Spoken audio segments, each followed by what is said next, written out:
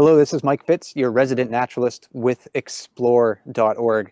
And it's Bald Eagle Week on explore.org, a celebration of bald eagles, an opportunity to learn more about their lives, and to highlight the organizations and individuals that work to conserve bald eagles in the wild. Across much of North America right now, bald eagles are nesting and raising their chicks. However, not long ago, the survival of bald eagles as a species really was in question. Through the work of dedicated conservationists and changing values in our society, these birds have the opportunity to thrive once again. And to help me explore the world of bald eagles, I have a few special guest co-hosts with me.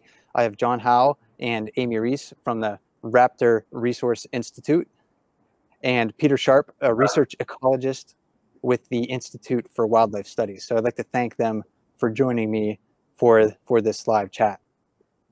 During Eagle Week on explore.org, explore.org is hosting a fundraising campaign for these organizations. And if you want to help these organizations, you can purchase a t-shirt.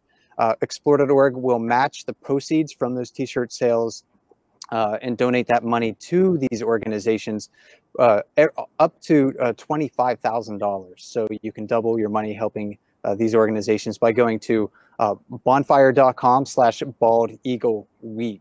And again, explore.org will be matching those proceeds up to $25,000. And I think several $1,000s have already been raised. So thank you to everybody who's already participated in that. You know, during the chat today, I'm going to be asking my panel of experts a series of questions about bald eagles, and we're certainly going to be talking about the conservation history of the eagles and maybe what people can do today to help these national symbols that we find increasingly in increasing numbers around the United States. And I think that's quite wonderful.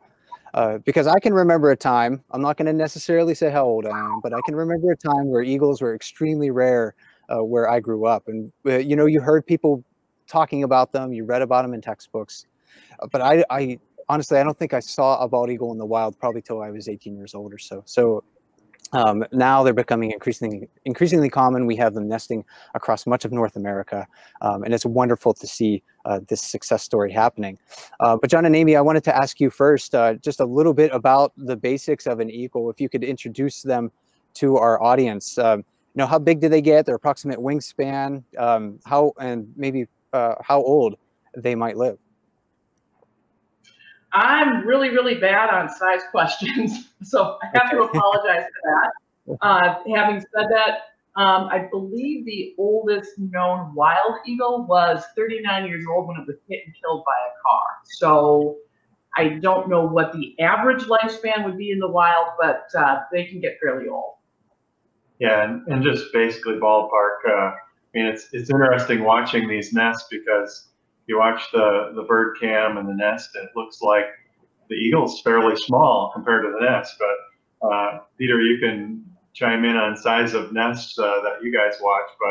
But nests typically anywhere between 8 and the north nest in Decorah that we had, one side was almost 11 plus feet in diameter. So the eagles look pretty small inside there, but about a 3 foot tall eagle, that's about the average size, females being about 30% larger, and the wingspan in the 8 to 9 foot range. Yeah, some of our nests, most of our nests are not in trees, so they're on rock pinnacles, and some of those just expand out. Like you said, I can lay down in one of our nests with my hands over my head and not touch both sides. So they can get pretty large, but then you get some of the newer nests that may only be 4 or 5 feet across, and then the eagles do look huge, but they're, it's all relative. And for weights, male lower in that, around 8-pound range, and then females up into about that 13-pound range. I think that's and that's going to vary across the North American continent, right? We're going to have smaller eagles down in Florida and the southern coastal areas, and I'm not as familiar with the West Coast, but that's going to vary based on region also. Right, and in general, they tend to get larger the further north you go, but with all the restoration work that's been done, a lot of the eagles in the lower 48 have come from Alaska, so it's all been mixed over the last 30 to 40 years. And Peter, you mentioned something interesting about a lot of the nests in your area being on the ground, and maybe I should add and give our panelists here an opportunity to talk about where you do your primary work, for example, because you're not in the same area of the country, right? So yeah, if Peter, if you want to kind of introduce your study area, and then we'll move on to John and Amy. All right. I work on the California Channel Islands, which are islands about 20 to 60 miles off the coast of Southern California. And we've been restoring eagles out here since 1980. And there aren't a lot of large trees on the islands. So in a lot of cases, the birds will find either ledges on cliffs or rock pinnacles to place their nests. The only predators, mammalian predators out here are island foxes, and the eagles outweigh them at least 2 to 1. So we don't have a lot of potential predation pressure on our birds, so they can nest on the rock pinnacles. And we've actually had some literally just put some sticks in a field and lay eggs and successfully raise chicks just on a flat field. So we have a different environment than most of the eagle areas. And go ahead, yeah, John and Amy, please. Yeah, so in the Iowa area, which is where our 2 main broadcast nests are here that we've been monitoring, we're talking 60, 70, 80 feet up in a tree. And the 2 nests that we're working with right now are cottonwood and fish hatchery nest, and then a white oak in the Decorah North nest. We also have eagle nest that we monitor with Excel Energy out in Colorado, and that's, I believe, up in a cottonwood tree too. Yeah, and it's kind of interesting to see the composition, the difference in composition between the nests. You know, one of the things that's interesting to me about bald eagles is how varied their behavior can be. In my experience of wild peregrine falcons, they don't vary a whole lot, whereas eagles, they build big nests, they build small nests, they build on the ground, they build in trees, they build out of whatever is available, and they really take advantage of the surrounding area, which is just fascinating to me. So it seems like perhaps the eagles will build nests in trees when they're available, but if they find an area with suitable habitat that they may not have ground nesting or predators on the ground, excuse me, that might threaten their nesting productivity, then they'll take that opportunity to nest on the ground. Is that sort of a correct interpretation, Peter?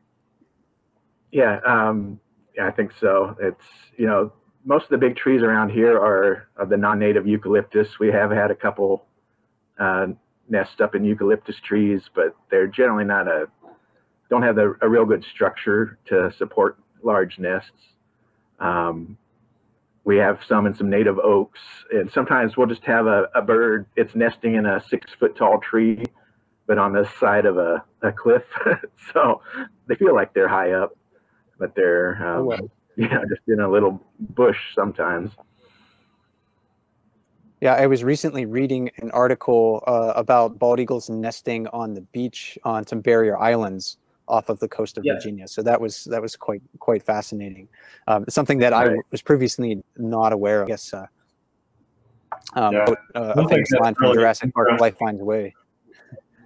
One thing that's really interesting here along the Mississippi River and the flyway there, and especially this time of year when there's not leaves and vegetation to block it, you can look out in the river floodplain and you'll see varying degrees of trees with a V-shaped nest in it, and some are just more flat and dish and saucer shaped, and some are really steep and 2 branches of a tree going up. But they're really evident. It's neat to travel up and down the river and look out into the river floodplain area and the barrier islands and the shoreline islands and see the different shapes of the eagle nests.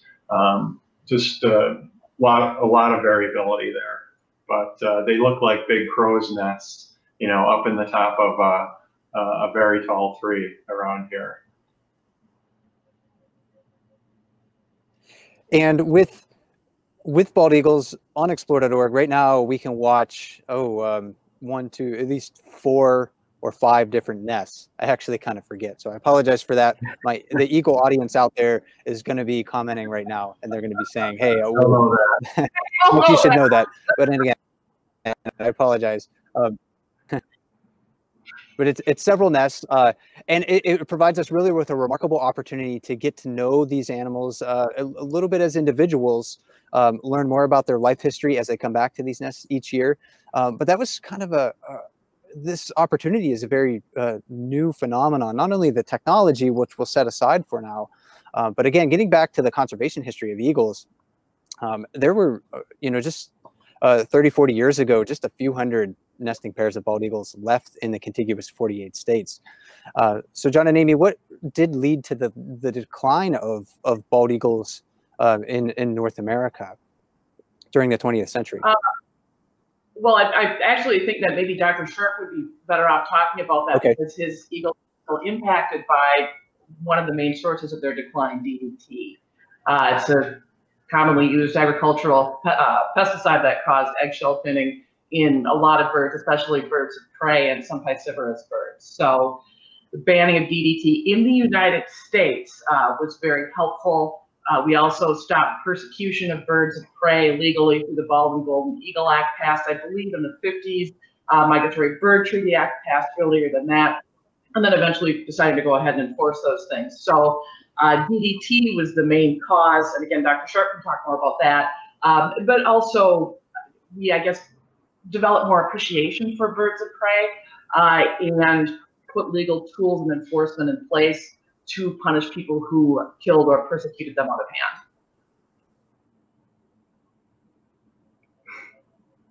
Right. So yeah, DDT was probably the major factor that drove their numbers down. But then there's lead poisoning from feeding on hunter killed or hunter injured animals. That's still one of the main issues with the eagles, is dying from lead poisoning, just feeding off of carcasses. As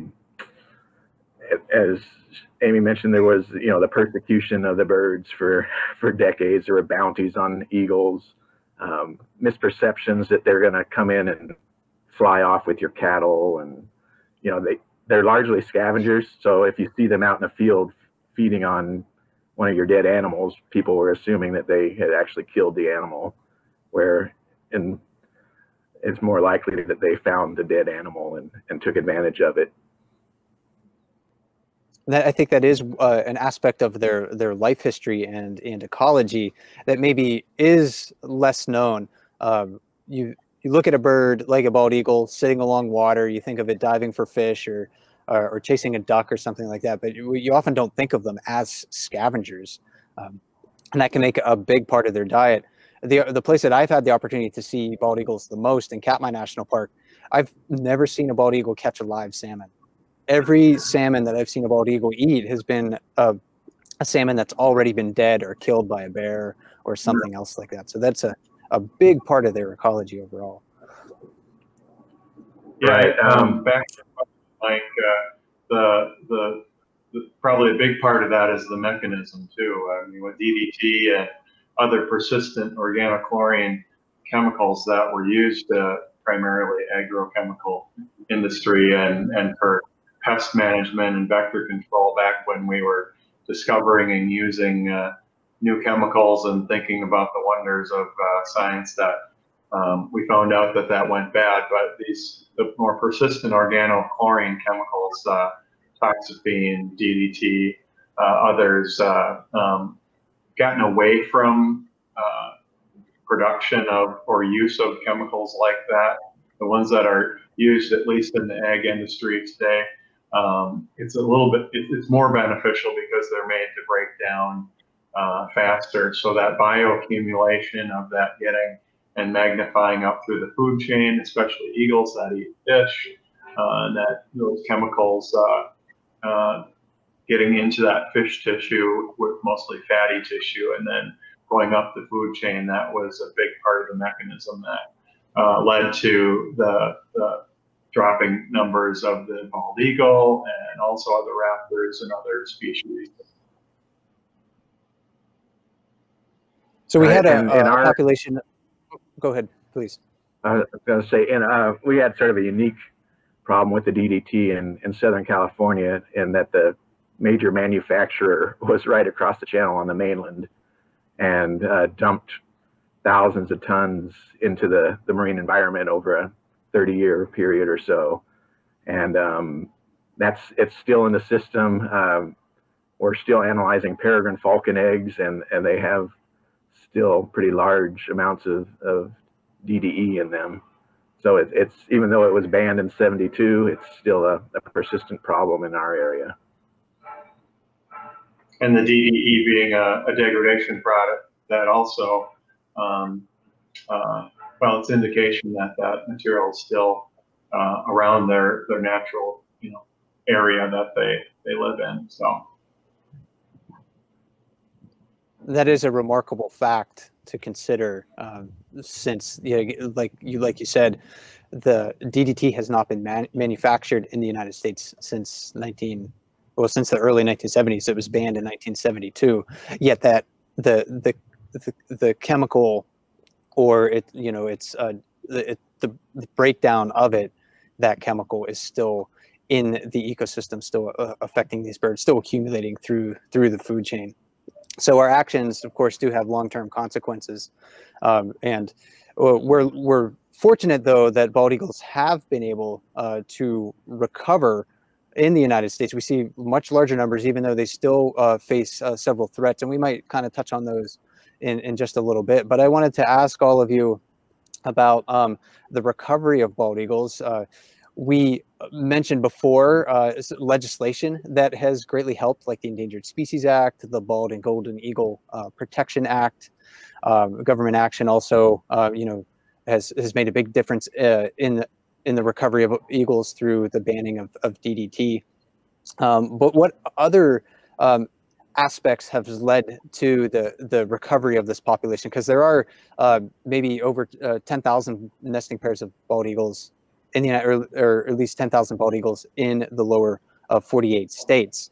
A big part of that is that people's general all-around acceptance of the eagles, and I think that's one thing that the Raptor Resource Project has been working towards over the past several years as well. So, John and Amy, do you want to talk about your efforts and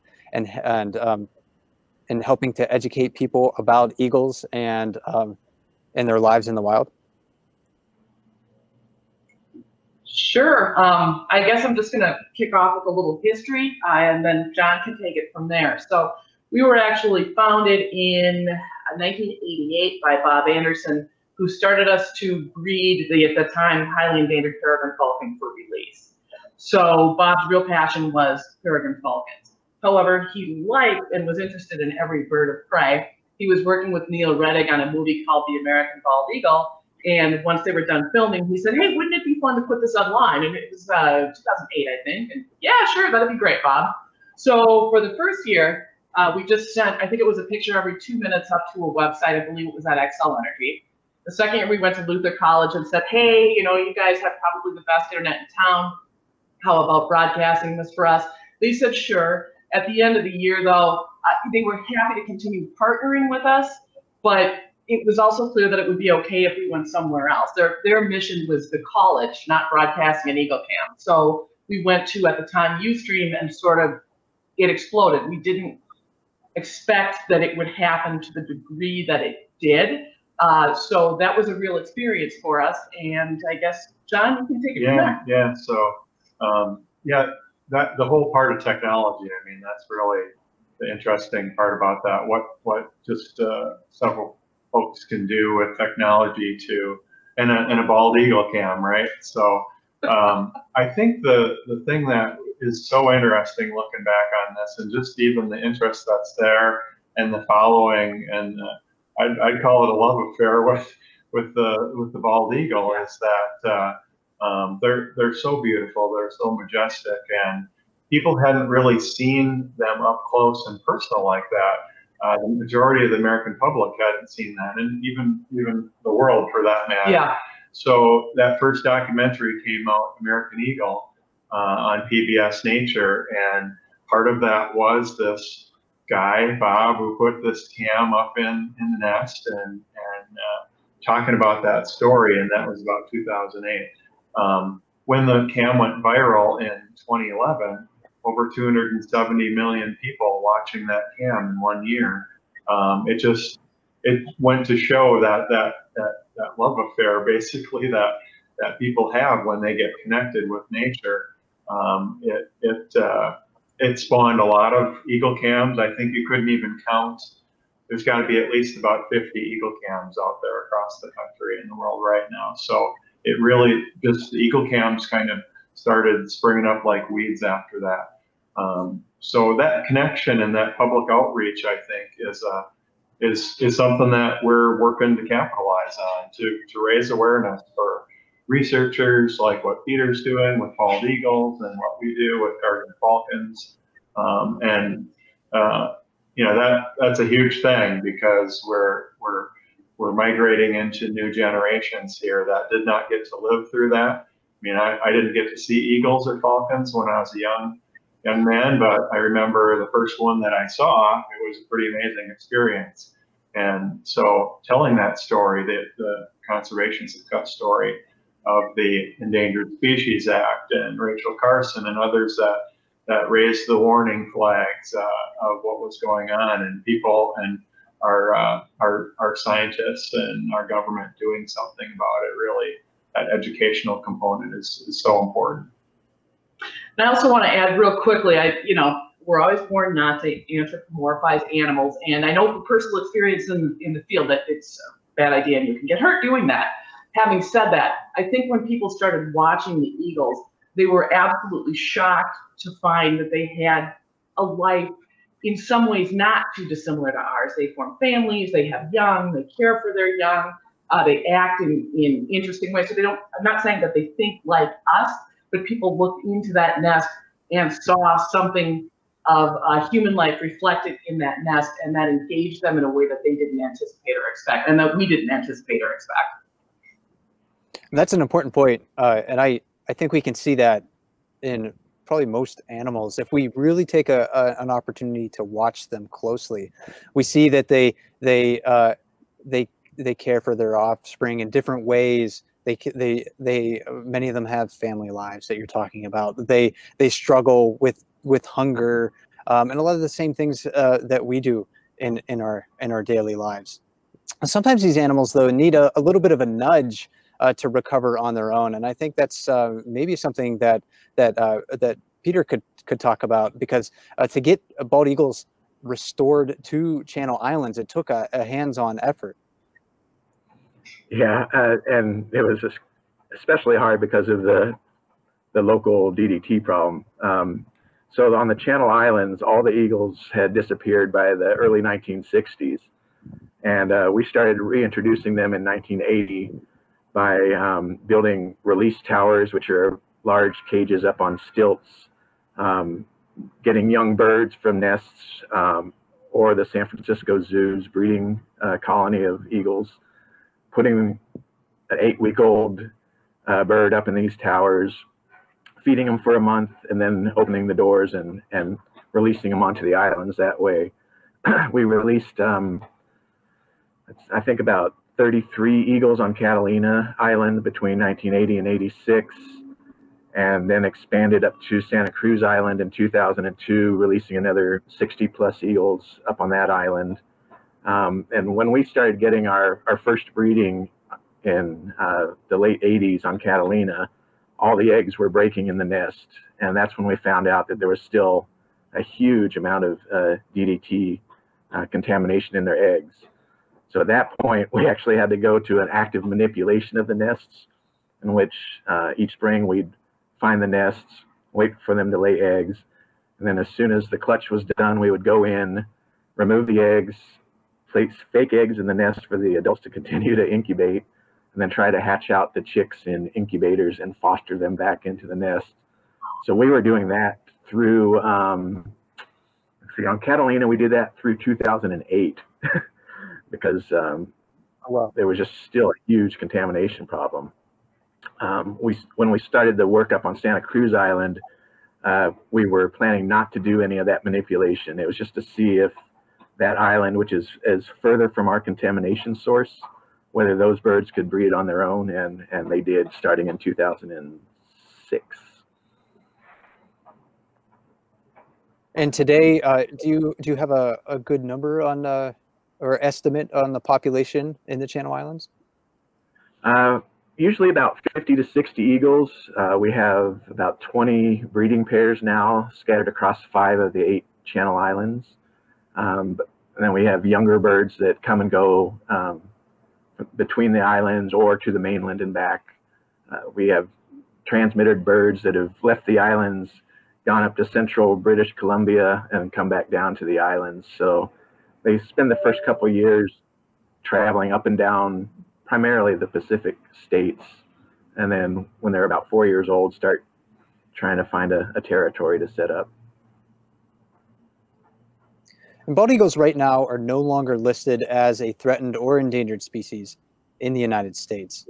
So we can look to the recovery efforts, the education efforts of these organizations, and seeing that it's been in government and seeing that it's been a great success. But eagles aren't necessarily free of threats in their lives. So we touched on a little bit of this earlier on, but I think it might be important to recap maybe what are the challenges that eagles face today in their lives. Peter, do you have any insight you want to lend to that question? Today's problems, I think, one of the primary one is still lead poisoning from hunter-killed or injured animals, even just leaving the gut piles behind in the field. That can be enough to kill an eagle. Electrocution is still a major problem, at least for our eagles that get to the mainland. Being hit by cars, because they are scavengers, they like to feed on roadkill, and oftentimes they don't get out of the way of approaching vehicles. So I think those are the 3 main hazards at least for the birds that we track. And the general public might not be able to. Okay. The transmitted eagles that we've had over the last 7-8 years now, electrocution probably was the largest. Electrocution has been the #1 source of death for the eagles that we've been tracking. There's 4 or 5, I don't remember, and then 1 car collision. I'm actually surprised we haven't seen more. And then, of course, the lead issue.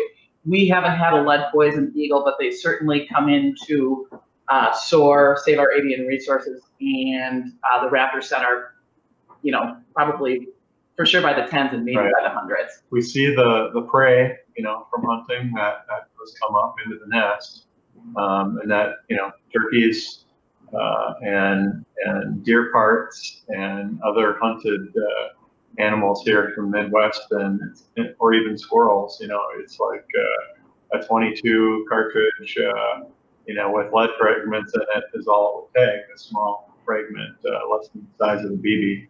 So we worry about that. Yeah, we do.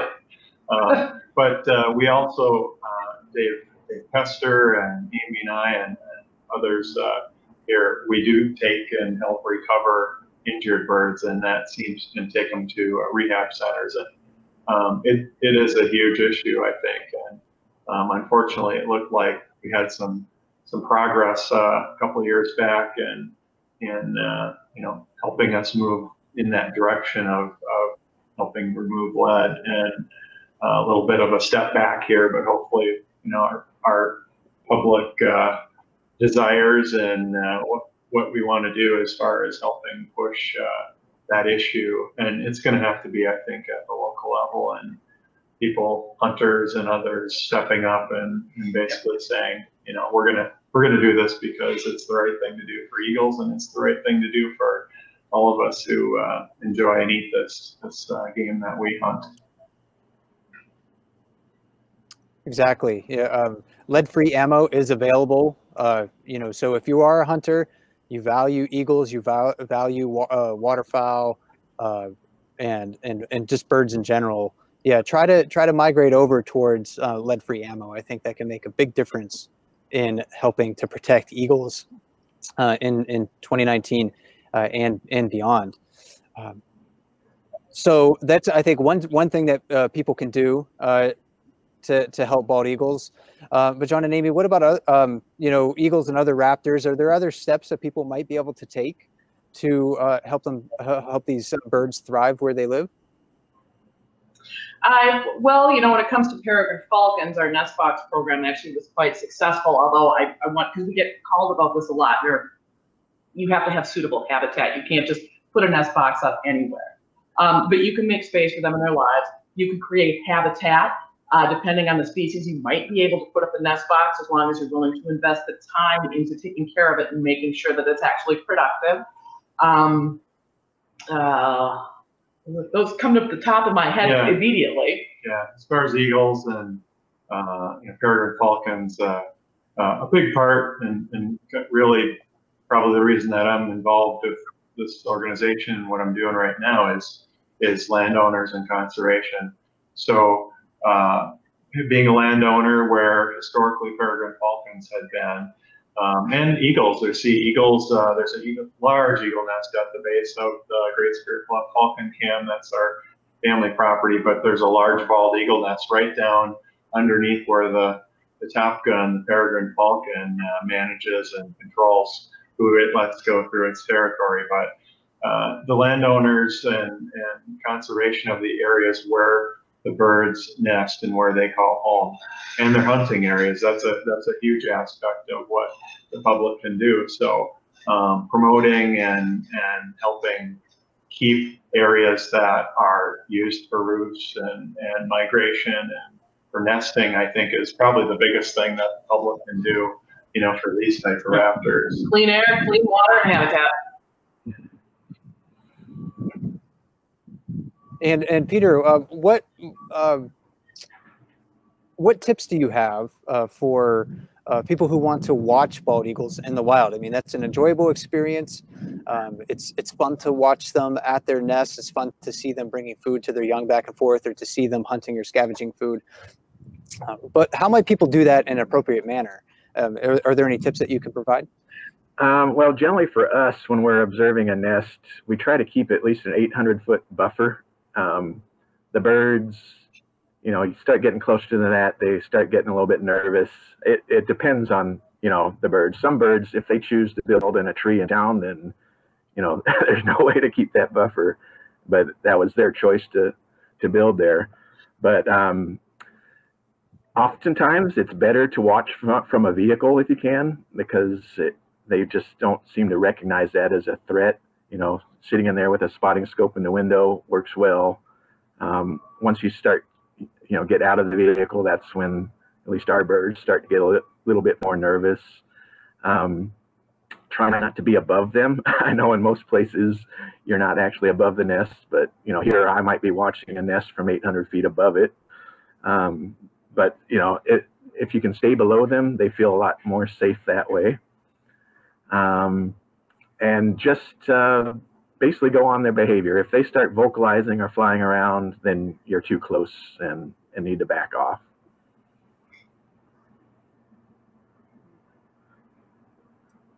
Giving birds space, I think, is probably the easiest thing to do. It's really fun to watch them, but yeah, just give them a little bit of room.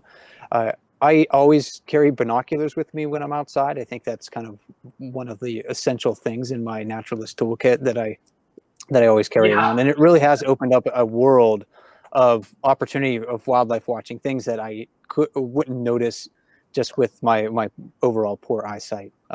Sometimes I wonder what it would be like to be able to see like a bald eagle. It must be quite amazing, but I can get a little bit of that by carrying my binoculars around and watching them. And then just one last question for everybody before we conclude here. I wanted to ask you, and this is sort of a fun question, but do you have a favorite story about bald eagles? Maybe something that you observed them doing that was memorable. Maybe we can start with John and Amy, and then Peter, you can follow up.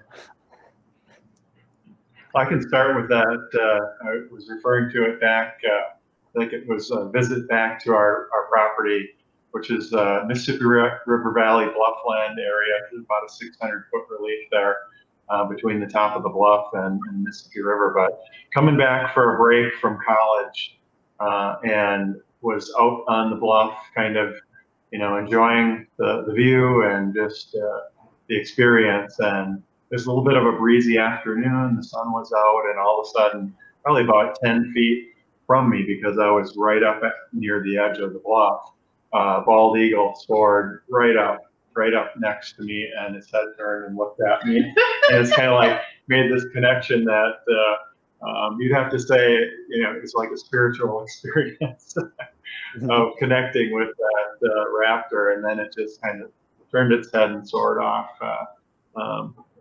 Something very neat for me. I have a hard time answering that question, I guess, simply. Several years ago, my mother-in-law, who's gone now, was at our house. We live out in the country in a big flat area. We have eagles maybe 2 miles away from us, but not on our property. And it was during fall migration, and 3 adult bald eagles flew into our yard, calling and kind of pursuing one another, harassing one another the way they will, not really seriously fighting. And she was absolutely thrilled. She was in her late 70s or early 80s at the time, and she had gone through the period where they had gone in decline. So for her to see 3 of them was just, to her, mind-blowing. And then my mom and I were in Clinton, Iowa, and again, this is years ago. We don't have them all over the place. And we saw a bald eagle with my grandma, who's been gone for years. And again, it was just kind of this thrilling shared experience. It was like, wow, this is amazing, And at the time, it was really amazing to see a bald eagle. So those, I guess, would be 2 memories that I have. For me, it's probably just the fierceness of the adults when they're protecting their nest. Having to have gone in and removed eggs and fostered chicks, because they were mostly on rock pinnacles at the time. There's no branches to protect you from a dive bombing adult. So having a 14-pound eagle diving at you at 40 miles an hour, and you feel the wind from their wings as they go by, that's sort of nerve-wracking. And also, when I first started, we had a trio of bald eagles at the West End nest before the current pair that's out there. And just watching the interactions between 3 adults working on a nest, cooperatively incubating, feeding the chicks. It was 2 females and a male. The last year or 2, both females started laying eggs. So we'd have actually 2 nest cups or egg cups in a single nest. So just watching.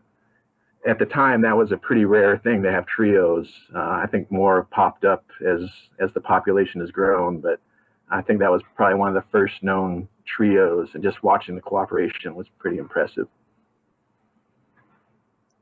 Well, great stories, everyone. I'm glad you were able to take a few moments out of your day to share your insight with us. And, April is Earth Month. And, we're kicking it off here on Explore.org with Bald Eagle Week. And I think they're a fitting species to start Earth Month with, because of the success story that we've discussed today about how their population is declining to very, very low levels. And now they're no longer considered a threatened or endangered species in the United States. Even though there may be some continuing threats to their lives, we can, in a sense, kind of celebrate their overall recovery. It's a really great success story. And I would like to thank my special guest co-hosts with me today. So John Howe and Amy Reese from the Raptor Resource Institute, and Peter Sharp from the Institute for Wildlife Studies. If you want to visit their websites, please go ahead and do that. You can visit them at raptorresource.org or iws.org, respectively. A lot of great information about wildlife, especially birds, on their websites. You can learn a ton by browsing their websites and just get more information about their projects and the great work that they happen to do. And don't forget to, if you want to help these organizations, to purchase a Bald Eagle t-shirt through bonfire.com/Bald Eagle Week. This is a fundraiser, and all proceeds from those t-shirt sales will be matched by explore.org up to $1,000. So please help these organizations out with that. And don't forget also to watch the Bald Eagle cams on explore.org. You can watch these nests that we've been talking about, the Decorah nests in Iowa and the nests on in the Channel Islands, and see this continuing success of these really majestic species happening live right now. There's most, if not all of the nests right now have young chicks in them that the parents are actively raising. So it's a really exciting time of the year to get to know these animals. So again, I'd like to thank my guests today. Thanks for joining me. My name is Mike Fitz, resident naturalist with explore.org, and I'll talk to you soon. Thank you. Thank you.